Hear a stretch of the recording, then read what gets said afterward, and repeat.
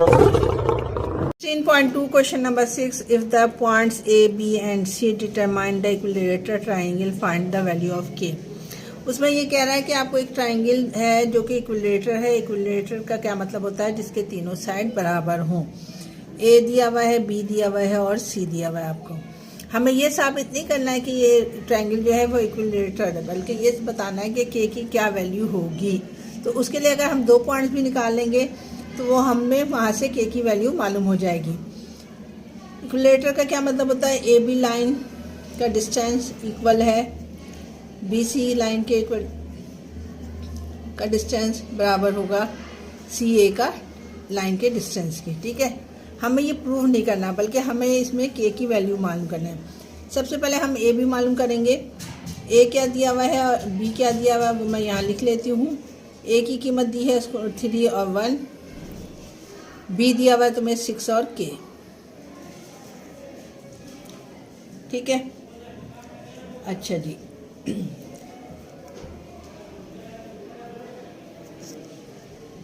A B equal to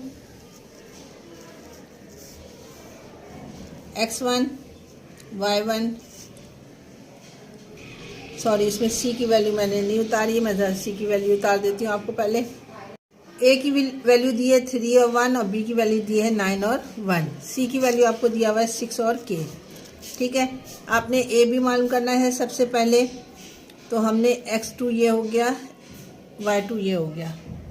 आपने values लगा देनी है फॉर्मूले के ज़रिए। फॉर्मूला पहले लिखोगे आप। फॉर्मूला क्या होता है? x2 माइनस x1 का whole square plus y2 minus y1 का whole square. A B line का डिटर्मिनेंट मालूम करना है हमें।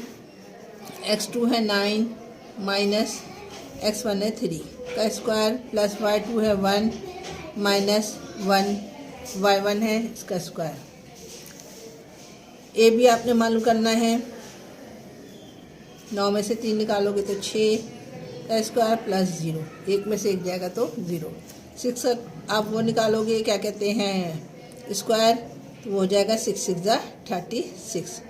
36 आपका जो है 6 का स्क्वायर है, यानी 6 मल्टीप्लाई बाय 6। ये रूट से बाहर आ जाएगा, यानी ए बी की कीमत, लाइन ए बी की कीमत आप निकालोगे 6। अब बी सी निकालते हैं हम। बी की वैल्यू लिखते हैं। बी आपके पास दिया हुआ है 9 और 1, सी आपको दिया हुआ है 6 और K। x1 y1 x2 y2। B C line equal to x2 minus x1 का whole square plus y2 minus y1 का होल स्क्वायर। वैल्यूज पुट कर दो। 6 माइनस 9 प्लस K माइनस 1। ठीक है, इतनी बात समझ में आ गई। अब इसको सॉल्व करते हैं। 6 में से 9 निकालोगे तो साइन माइनस की आ जाएगी, -3। 6 में से 9 को निकाला तो -3 प्लस K माइनस 1 का होल स्क्वायर। बी सी आपका है। ठीक है, आगे इसको सॉल्व करते हैं। -3 का स्क्वायर करोगे तो 9 हो जाएगा, प्लस a माइनस बी के होल स्क्वायर के फॉर्मूले से खोलो a का स्क्वायर यानी K का स्क्वायर माइनस 2K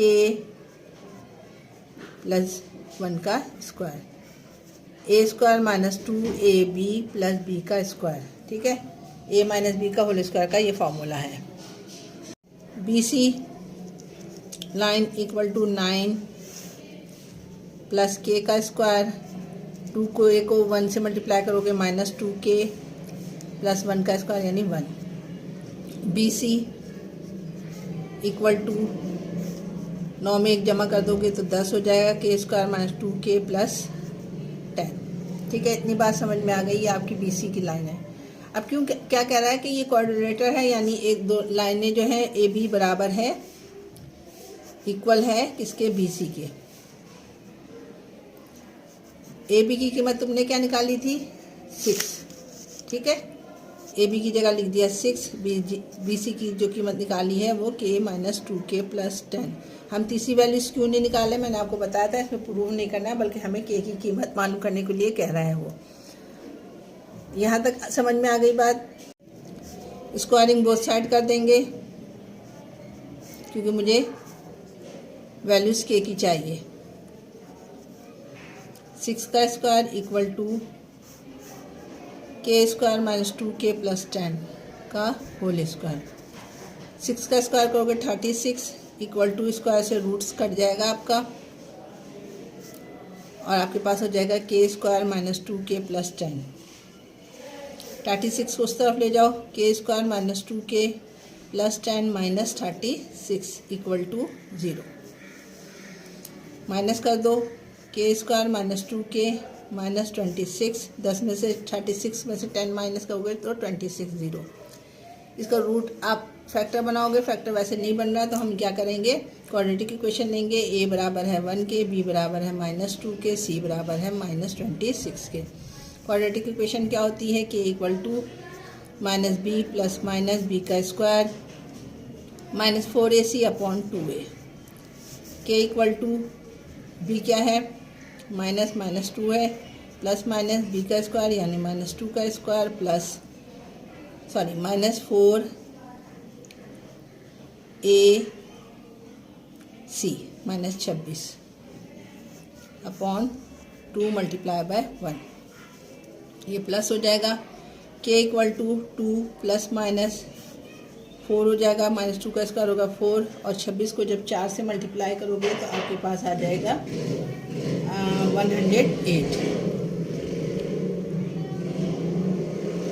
104 में आप क्या जमा करोगे 2 को, तो आपके पास जवाब हो जाएगा k equal to 2 plus minus 104 108 बटा 2।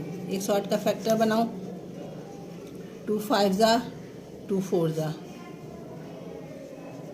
2 2 ज़ा 2 7 ज़ा 3 9 ज़ा 3 3 ज़ा 3 1 ज़ा।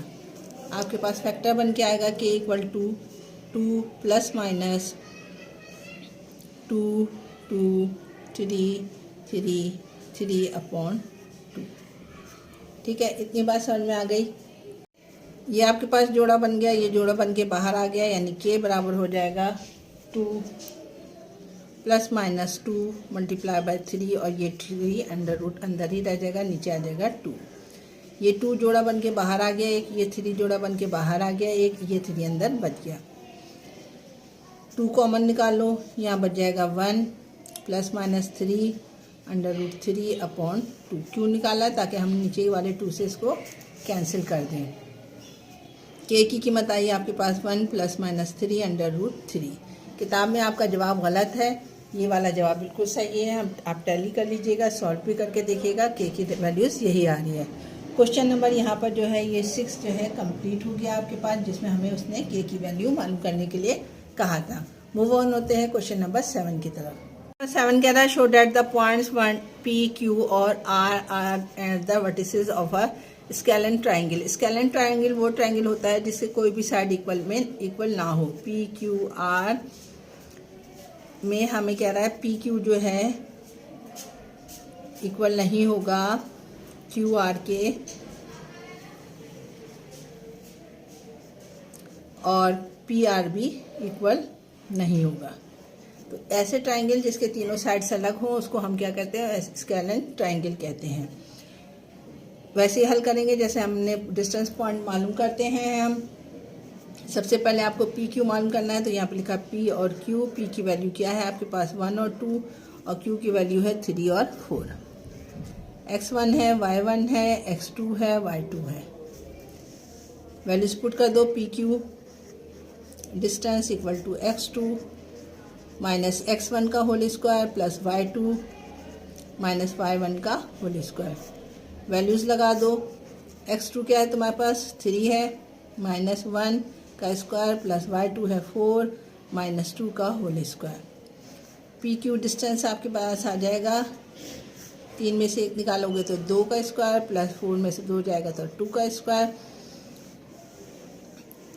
पी क्यू आपके पास आ जाएगा 4 प्लस 4।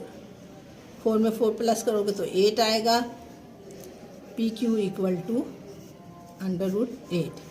8 का रूट लोगे तो हम इसको 8 को यूँ भी लिख सकते हैं कि P Q equal to 2 multiply by 2 multiply by 2। 2 2 ज़ा 4, 4 2 ज़ा 8। ये जोड़ा बन के बाहर आ जाएगा। आपके पास पी क्यू की कीमत आपके पास आ जाएगी, पी क्यू आपके पास आ जाएगा 2√2। ये आपका पहला जवाब है। और मालूम करना है तो क्यू की वैल्यू ये है, x1 y1, आर की कीमत ये है x2 y2। वैल्यूज पुट कर दो क्यू आर की। x2 माइनस x1 0 माइनस 3 का स्क्वायर प्लस y2 -1 -4 का स्क्वायर। डायरेक्ट वैल्यूज पुट कर दी, फॉर्मूला मैंने नहीं लिखा, आप लोग लिख लीजिएगा। -3 आ जाएगा यहाँ पर स्क्वायर प्लस -5, 4 में 1 जमा करोगे 5, क्योंकि माइनस माइनस प्लस होता है। क्यू आर आपके पास आ रहा है, 3 का स्क्वायर करोगे -3 का तो 9 आएगा, और इसका स्क्वायर करोगे तो 25 आएगा। 25 में आप जमा कर दो इसको क्यू आर को, क्यू आर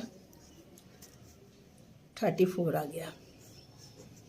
फैक्टर बना लो,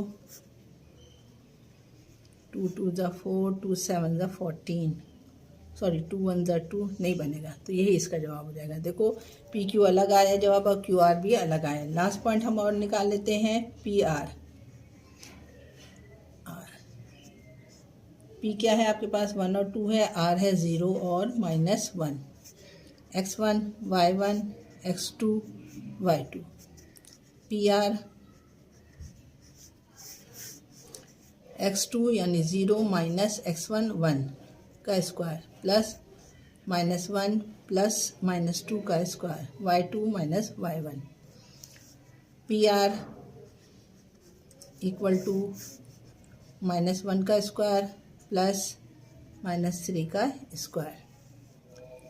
पी आर इक्वल टू 1 का स्क्वायर यानी 1, 3 का स्क्वायर मतलब -3 का स्क्वायर मतलब 9। आपके पास पी आर आ गया 10। अब तीनों जवाब आपके बिल्कुल अलग आए हैं, ठीक है।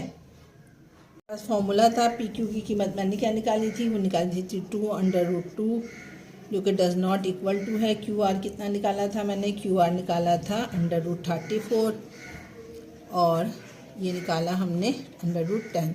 तीनों जवाब चूँकि अलग अलग आए हैं तो हमने ये साबित कर दिया कि ये स्केलेन ट्रायंगल है। स्केलेन ट्रायंगल की डेफिनेशन क्या होती है कि ऐसा ट्रायंगल जिसके तीनों साइड्स इक्वल ना हो वो हमारे पास स्केलेन ट्रायंगल कहलाती है। क्वेश्चन नंबर 7 भी यहाँ पर कंप्लीट हो गया है। उम्मीद करती हूँ आपके समझ में बिल्कुल आसानी से आ गया होगा। मूव ऑन होते हैं क्वेश्चन नंबर 8 की तरफ।